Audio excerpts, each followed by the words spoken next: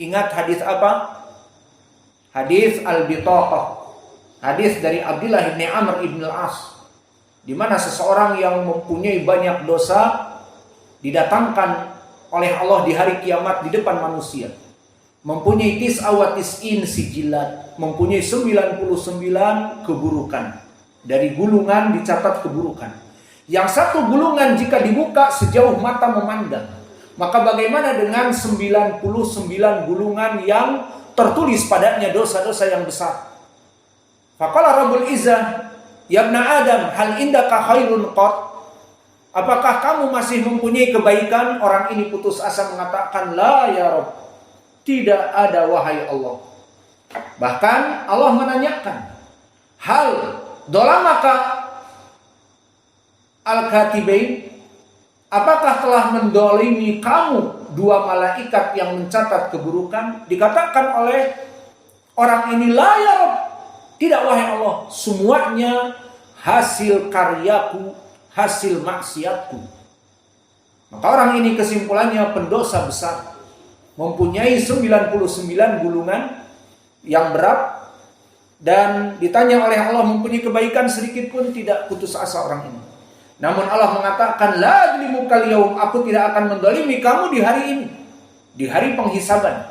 Allah mengeluarkan di hatinya bitaqah la ilaha illallah.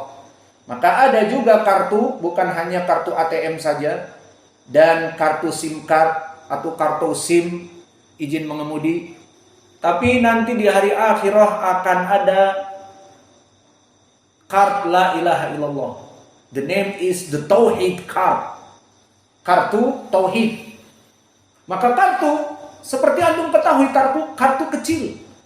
Di saat dikeluarkan dari dirinya, Allah mengatakan, la adlimukal yaum, aku tidak akan mendolimi kamu dengan kartu la ilaha illallah yang zahirnya kecil.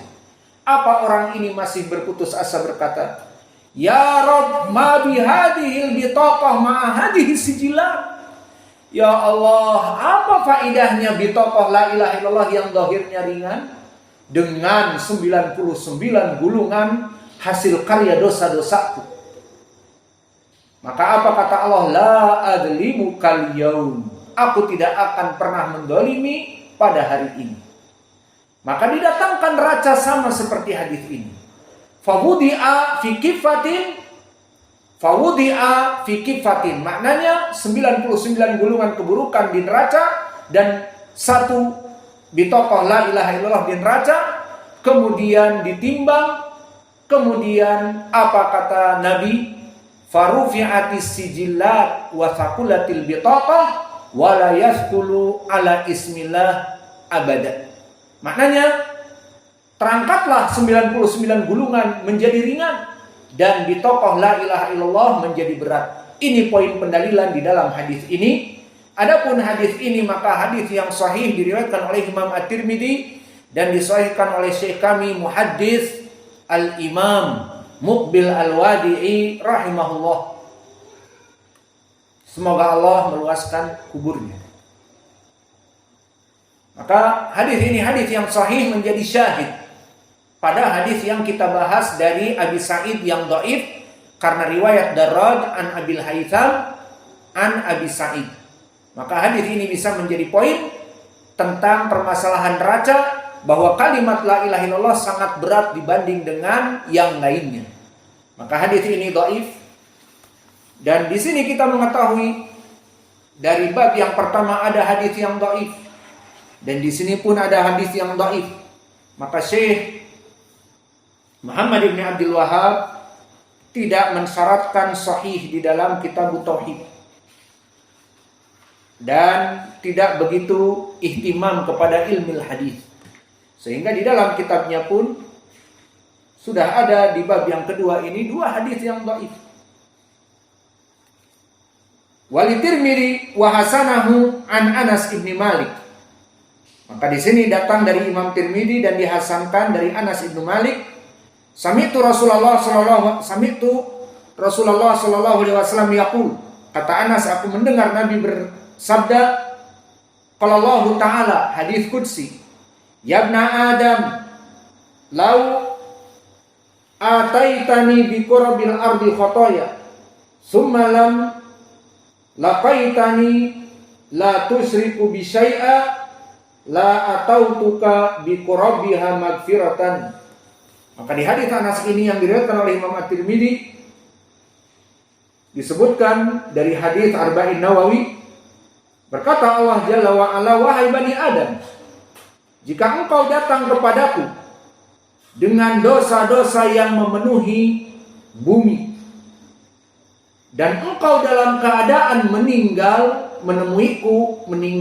dan tidak pernah melaksanakan kesyirikan, la ataituka bi qurabiha magfiratan, maka aku akan mendatangkan ampunan yang seluas langit dan bumi ataupun seluas bumi juga, sehingga diampuni dosa-dosanya. Maka ini hadis yang akan dihafal dari dua hadis. Maka jika ingin menghafal satu hadis bagus, tapi jika menghafal dua hadis lebih baik agar mengetahui hadis dhaif dan sebutkan dengan sanadnya, ataupun setelah selesai berkata tulis hada hadisun dhaif fi sanadihi Darraj an Abi Sam'an an Abi Sa'id Al-Khudri wa Darraj an Abi Sam'an dhaif. Disebutkan seperti itu ilahnya, sehingga tidak apa-apa untuk dihafal dan disebutkan ilahnya. Maka insya Allah dihafal lebih baik, kemudian disebutkan ilah dari penyakit hadis tersebut. Maka masih ingat di bab yang pertama hadis yang dhaif juga, dari hadis Ibnu Mas'ud, athar man sarahu an yaqra'a sahifata Muhammadin sallallahu alaihi wasallam wa khatamahu falyaqra qul ta'alu atlu ma harrama rabbukum alaikum. Maka ini pun hadis yang dhaif, diriwayatkan oleh Imam At-Tabrani dari jalan Daud Al-Audi, dan Daud huwa Ibnu Yazid Al-Audi, dan dia dhaiful hadis, didhaifkan oleh Abu Hatim Ar-Razi laisa bil qawi, dan oleh Abu Daud As-Sijistani dan Ahmad Ibnu Hanbal dan Imam An-Nasa'i. Maka didhaifkan oleh para ulama banyak, Daud Ibnu Yazid Al-Audi. Maka di dalam matan Kitab Tauhid di bab yang pertama dhaif dari Ibnu Mas'ud ada Daud Ibnu Yazid Al-Audi, dan yang kedua di hadis Abi Sa'id Al-Khudri dari periwayatan Darraj Abu Samah an Abil Haytham, dan periwayatan Darraj Abu Samah dari Abul Haytham dhaif. Seperti tadi kami sebutkan ucapan Imam Ahmad bahwa periwayatan Darraj an Abil Haytham an Abi Sa'id fiha dha'f, padanya kedhaifan. Dan berkata Abu Daud As-Sijistani, hadithuhu mustaqim, hadis dia asalnya sahih atau hasan, ila makana an Abil Haytham an Abi Sa'id, kecuali dari periwayatan khusus Abul Haytham dari Abi Sa'id, maka periwayatannya dhaif, sehingga hadis Abi Sa'id Al-Khudri tadi dhaif. Namun tadi kami sebutkan syahid yang lain dari hadis Abdullah bin Amr bin Al-As, diriwayatkan oleh Imam At-Tirmidzi, tentang bitokoh la ilaha illallah disimpan di neraca lebih berat daripada sijilat, dan ini disahihkan oleh Syekh kami Muqbil Al-Wadi'i rahimahullah. Maka besok disetor dua hadis, satu dhaif disebutkan ilah penyakitnya, dan satu lagi sahih di hadis Anas. Wa naktafi ila huna wa jazakumullahu khairan wa barakallahu fi ilmikum